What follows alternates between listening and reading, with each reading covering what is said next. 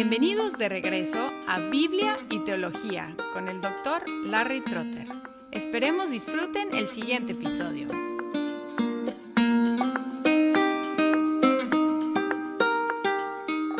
En el último episodio hablé de los movimientos, las migraciones, las conquistas en el occidente que terminaron en un santo imperio romano, así llamado, controlado por príncipes alemanes, que estaba en liga con la Iglesia Católica Romana. Y el Papa ya había llegado a ser la cabeza reconocida de la Iglesia Occidental. Ahora voy a regresar en la historia y tratar de trazar el crecimiento del poder del papado. Hubo algunas razones del crecimiento del poder de Roma, o por lo menos unas oportunidades que abrieron el paso para que el obispo de Roma ejerciera más y más control. Antes había 5 patriarcados, pero 2 de ellos habían caído ante los musulmanes, Alejandría en Egipto y Antioquía en Siria. Además, Roma se mantenía más ortodoxa y evitó las muchas controversias en el Oriente. Y otro factor fue que con la caída del Imperio Romano Occidental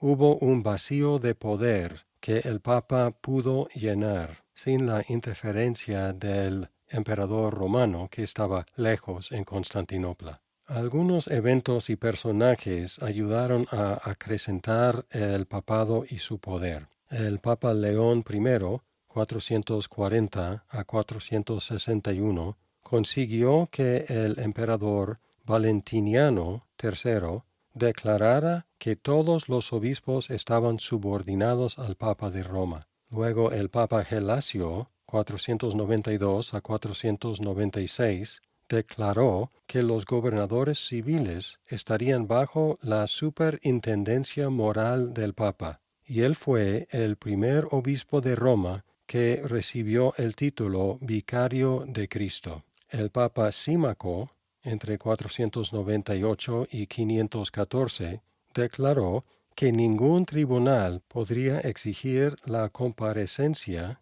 del Papa ni sentenciarlo en su ausencia.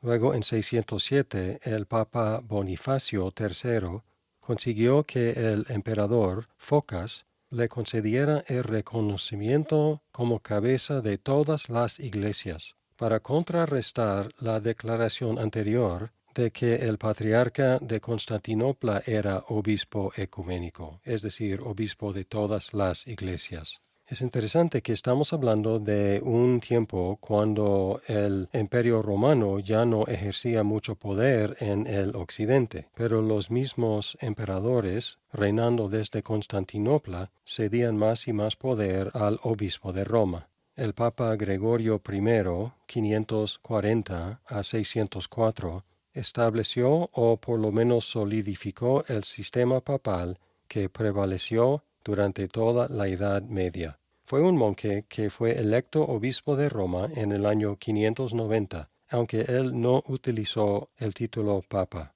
Por la debilidad del exarca imperial, el representante del emperador que vivía en Ravenna, Gregorio ejerció poder político y civil sin consultar al exarca.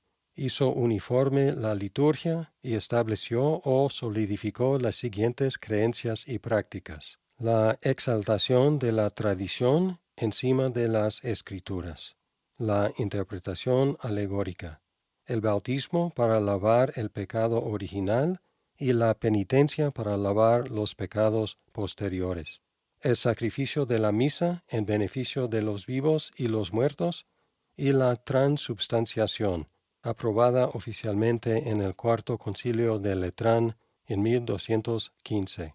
También el purgatorio, las invocaciones a los santos y los mártires, el uso de amuletos y reliquias, el ascetismo y el monacato, el celibato del clero y el celo misionero. Si conocen la Iglesia Católica Romana actual, van a reconocer que muchas de estas tendencias y prácticas siguen hasta la fecha. Y aunque Gregorio no las inventó, él solidificó el sistema que sigue hasta la fecha.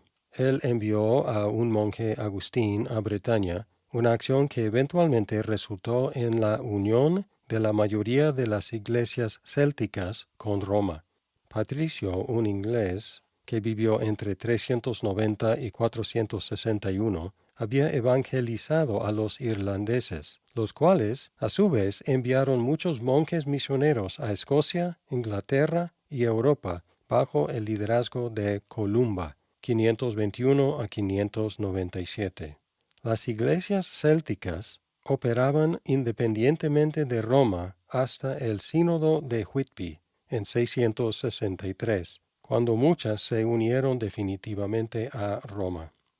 Brevemente quiero terminar este episodio hablando de los últimos 3 concilios llamados ecuménicos, que siguen teniendo sus efectos en las iglesias ortodoxas y la Iglesia Católica Romana, pero no se reconocen como tan importantes para los protestantes. El Concilio Constantinopla II, en 553, fue un intento impuesto por el emperador Justiniano, quien fue el constructor de la iglesia Santa Sofía en Constantinopla, de reconciliar a los monofisitas y condenó algunas interpretaciones llamadas nestorianas de 3 teólogos que ya estaban muertos. Como todos los concilios ecuménicos, este también aumentó las diferencias y fracasó en unificar la iglesia.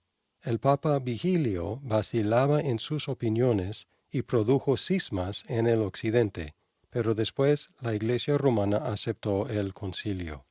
Constantinopla III, en 680, condenó el monotelismo, la idea de que entre las 2 naturalezas de Cristo hubo una sola voluntad. Condenó por nombre al Papa Honorio, lo cual causa un problema para la Iglesia Católica Romana, con su doctrina posterior de la infalibilidad del Papa. Como siempre, las controversias seguían después del concilio, pero eventualmente fue aceptado por Occidente y Oriente como ecuménico. Las iglesias nestorianas y las iglesias monofisitas siguen separadas hasta la fecha. El último concilio llamado ecuménico fue Nicea II, en 786, que aprobó la veneración, pero no la adoración de las imágenes. Los iconoclastas se oponían al uso de imágenes en la adoración y se apoyaban en la prohibición bíblica de imágenes. Los iconodulos apoyaban el uso de iconos en la iglesia, en la adoración de la iglesia, y argumentaban basándose en la encarnación de Cristo. Según ellos, la encarnación nos da licencia para utilizar imágenes. Esta división entre iconoclastas e iconodulos fue una de las causas de la división entre la Iglesia Occidental y la Iglesia Oriental, el tema del próximo episodio.